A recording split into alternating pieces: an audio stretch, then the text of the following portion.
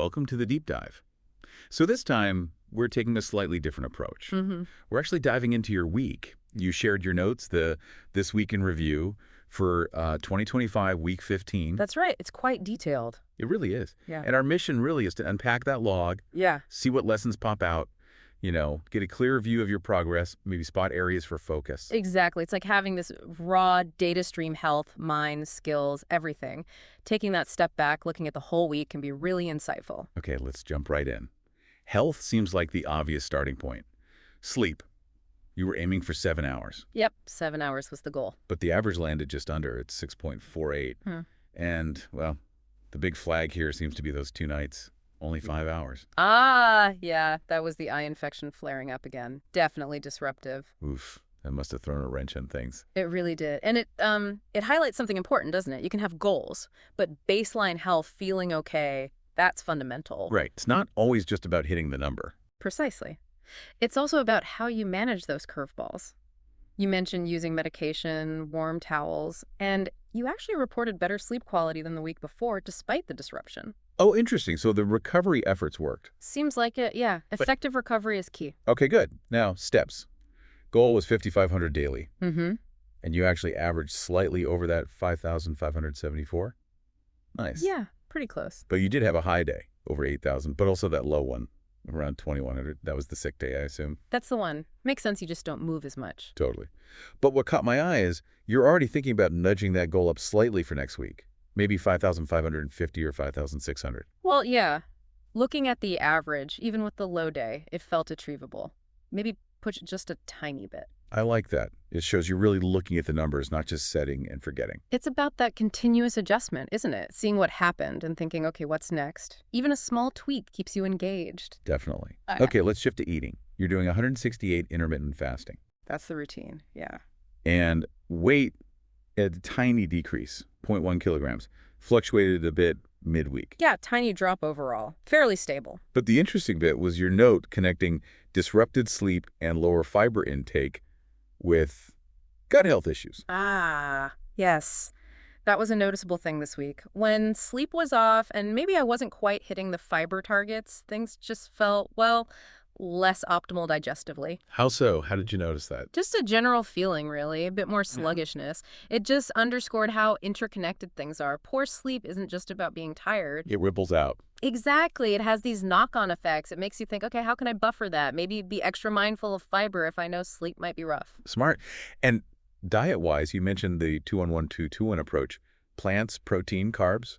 Trying to stick to that ratio, yeah. 2 parts plants, 1 protein, 1 carb, roughly. Sometimes 2 carbs if needed. And leaning towards home-cooked meals, taking supplements regularly. It seems quite intentional. Trying to be. Cooking at home just gives you that control, you know. You know exactly what's going in. Totally agree.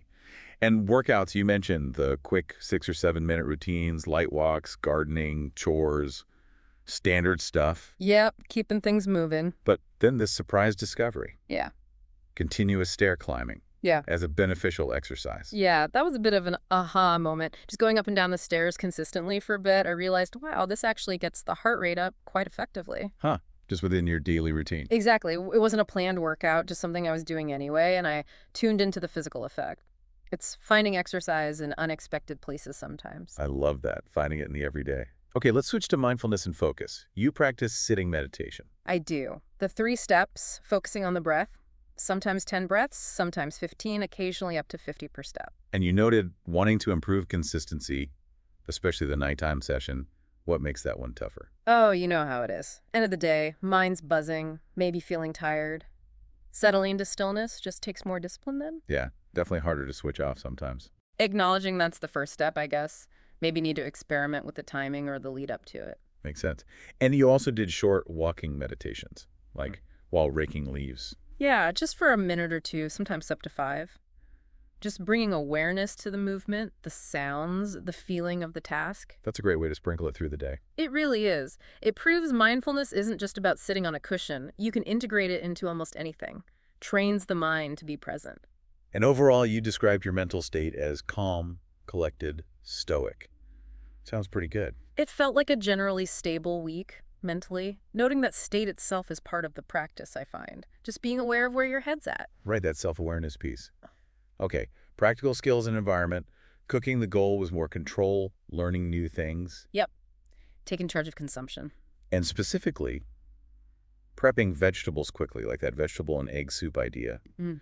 and learning egg recipes, starting with hard-boiled. Why those? Well, veggies are key, right? If you can prep them fast, you're more likely to eat them. The soup is like a quick complement. Good point. And eggs are just so versatile and nutritious.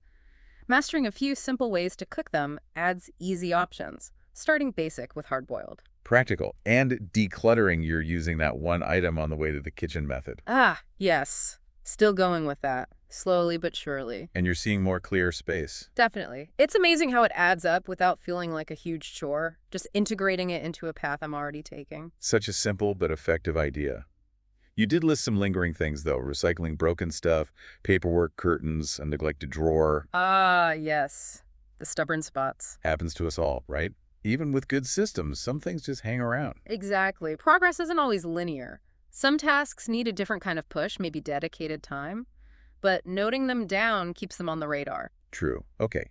Intellectual growth. Reading. The aim was improving writing, wise consumption, mental health boost. Broad goals, yeah. You didn't get to that specific health book, Arrow. No, didn't crack that one open this week. But you did keep up the habit of browsing different books daily. 5-10 minutes. Fiction, old magazines, things you'd bought before. Yes, kept that going. It's like mental cross-pollination. What do you feel you get from that kind of browsing, even if it's brief? It just keeps the curiosity ticking over, I think. Exposure to different styles, ideas. Yeah. Sometimes you stumble on something cool or it sparks a thought, even if you don't read deeply. Keeps the mind flexible. Now, coding, goals, enjoy building, learn, contribute to floss. That's the core of it. And you kept up the daily PR habit docs, CI, tests, across Go, Python, Elixir, Erlang, Rust, G-peer languages. Trying to make small, consistent contributions, like fixing typos or this week I updated CI for the upcoming Elixir 1.18. That's fantastic. That consistent effort really matters in open source. It does. Every little bit helps maintain the health of these projects. It's about being part of that ecosystem. And you experimented with a new AI model, Gemini 2.5 Pro XP0325, for refactoring Python projects. Yeah, dip my toes in with that one. Cautiously, though. How so? What were you evaluating carefully? Well, does it really understand the code's intent? Is the refactored code actually more readable, maintainable? Does it fit the project's style? It's not just about whether it works, but whether it's a genuine improvement by human standards. Right. The quality aspect, not just the function. Makes sense. Writing aim is effective communication, documenting progress. 2 posts daily, reviewing old ones. That's the target. You felt on track, partly helped by catching up on podcast generation. Huh. Yeah, that definitely helped generate content this week. It all feeds into each other sometimes. Interesting. And you mentioned learning about writing from the podcast overview process. And using LLMs for word choices. Yeah, summarizing things forces you to be clearer.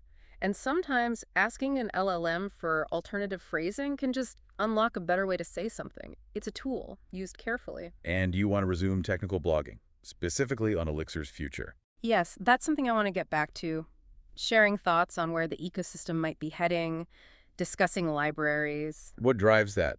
Sharing within the community. Partly that, yeah. Sparking discussion, sharing what I'm learning and thinking about. It also helps solidify my own understanding when I have to articulate it. Good point. Okay, final stretch. Hobbies. Fish keeping the yellow-blue rack is still pending. Still pending. No progress there this week. But you did resume looking for fish and plants for the outdoor ponds. I did. Surveyed some options, but haven't found quite the right species yet. The search continues. Sometimes hobbies move at their own pace. They absolutely do, and that's okay. Interest is still there. Gardening. Mixed results germinating seeds, but exploring propagation through cuttings. Yep, some seeds took, others didn't. Trying cuttings is another avenue, part of the learning process in gardening. And you're making slow, steady progress, clearing the yard workspaces and planting plant racks. Slowly but surely clearing ground, yeah. And sketching out ideas for racks, laying in the groundwork, literally. It all counts. Connecting with nature, learning the skill. That's the goal. Health benefits, too. And lastly, photography. Still searching for that ideal macro lens for your phone. Still on the hunt. No progress there this week either. The quest continues. Indeed. Research takes time. So, wrapping this up, looking back at your week, wow, There's a lot happening. It feels like it sometimes. What really stands out is the consistent effort across so many different domains. That's really something. Just trying to keep chipping away at things. And we clearly saw that ripple effect, like how sleep impacted gut health, maybe even the step count on that sick day. It's all connected. Very much so. One area affects another. And you unearthed some neat little habits.